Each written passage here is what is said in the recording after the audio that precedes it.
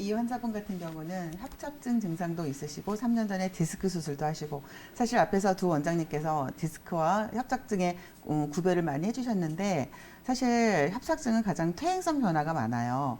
디스크 같은 경우는 척추하고 척추를 잡아주는 주변의 인대가 약해졌을 때 심한 운동에 의해서 갑자기 척추가 주저앉으면서 그 물렁물렁한 그 젤리처럼 생긴 디스크가 삐져나오면서 신경을 누르면서 나오는 증상이기 때문에 이거는 사실 어느 정도 치료가 뭐 그렇게 어렵진 않은데 척추관 협착증 같은 경우는 굉장히 장시간의 노화 현상에 의해서 그 주변에 인대나 근육이 딱딱하게 굳으면서 내려가는 신경을 누르기 때문에 그 증상이 굉장히 심하고 특징적으로 걷는 거를 굉장히 힘들어 하셔서 점점 걸으실 수 있는 거리가 짧아지시는 그런 증상을 보이는 게 특징적인데 지금 이제 이 방송을 보시는 시청자분들을 위해서 본인이 디스크인지 아니면 그냥 단순한 퇴행성 요통인지 또는 협착증인지 좀 구별할 수 있는 좀 자가진단법을 조금 설명을 해드릴게요.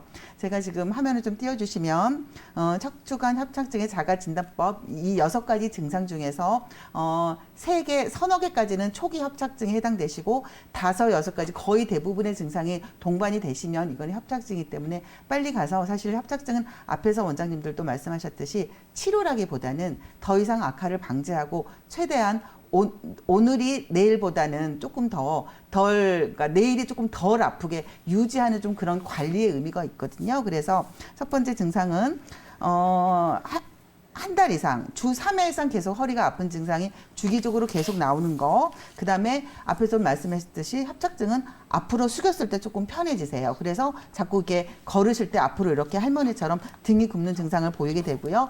그 다음에 또 신경이 눌리기 때문에 다리가 쥐가 나는 증상이 자꾸 일어나게 되죠. 그 다음에 네 번째로는 다리가 굉장히 협착증 증상을 보이신 분들이 굉장히 다리가 무겁고 뻣뻣해진다. 허리가 아픈 것보다는 그런 증상을 호소를 하시는데 이거는 당연히 신경이 눌리고 신경과 동시에 혈관도 눌리면서 다리 쪽으로 정상적인 혈액 공급이 안 되기 때문에 다리가 뻣뻣해지는 증상을 호소를 하시게 되죠.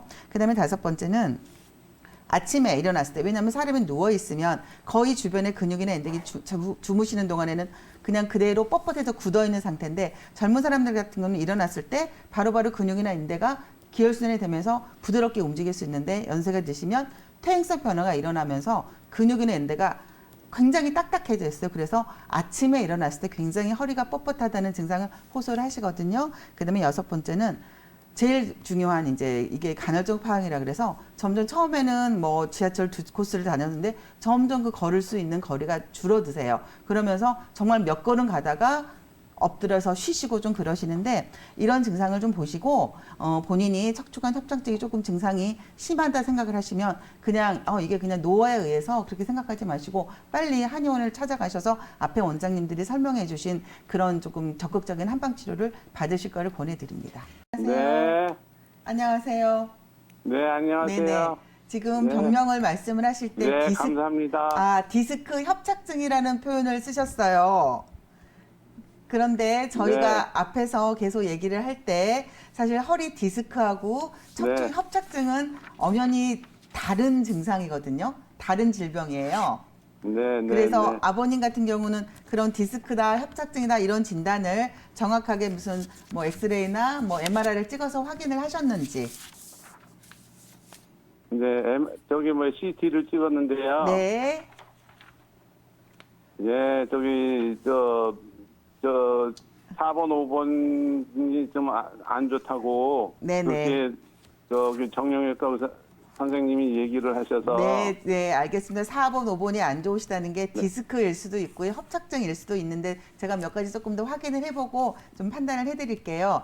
아버님 혹시 걷는데 지장은 네. 없으세요? 오래 걷는 거 괜찮으세요? 오래 걷는 걸 못해요. 오래 걷는 게 잘 안 되시고 그다음에 앞으로 숙이실 때 허리가 더 네, 아프세요? 아니면 더 나으세요? 허리는 좀 이렇게 좀 저기 뭐야 저 허리를 피면은 좀 꼿꼿하게 펴지는데요. 네. 걸을 때 이렇게 엉덩이가 되게 아파요.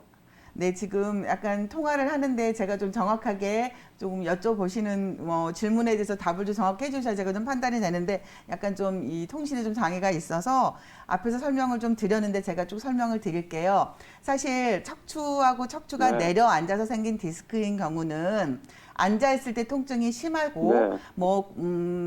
많이 걷거나 이런 게 힘들어지진 않고 그냥 저리는 증상 이 정도가 있고 좀 다리가 힘이 빠지는 증상이 있는데 협착증은 척추가 네. 눌리는 게 아니라 신경이 내려가는 관이 있는데 그 관 주변이 네. 근육이나 인대나 이런 뼈 같은 게 딱딱해지면서 신경이 내리는 그 자체를 이 관이 모두 노화가 돼서 눌리는 거기 때문에 이 증상은 앞으로 네. 숙였을 때 굉장히 조금 통증이 조금 덜해서 한 몇 발자국 가다가 엎드려서 쭈그리고 쉬어야 조금 낫는 그런 질환인데 사실 디스크라는 것은 네.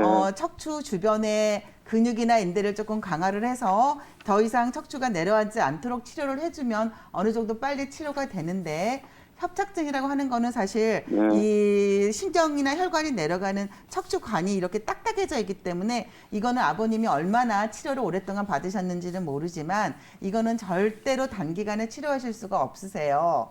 그래서 이 협착증이라는 진단이 나오시면 이렇게 뭐 한 달, 두 달 치료를 해서 낫는 게 아니라 지금 이 상태를 어느 정도 유지를 하면서 막말로 오늘 한 10발자국 걷고 허리가 아팠으면 꾸준히 치료해서 한 15발자국 조금만 더 걸을 수 있도록 유지하는 어떤 그런 관리 차원의 접근이 필요하기 때문에 절대로 협착증이라고 진단을 받으시면 급하게 내가 마음을 먹고 치료를 하시는 게 아니라 관리라고 생각을 하시면서 사실 노화가 되면 노화라는 거는 되돌릴 수가 없거든요.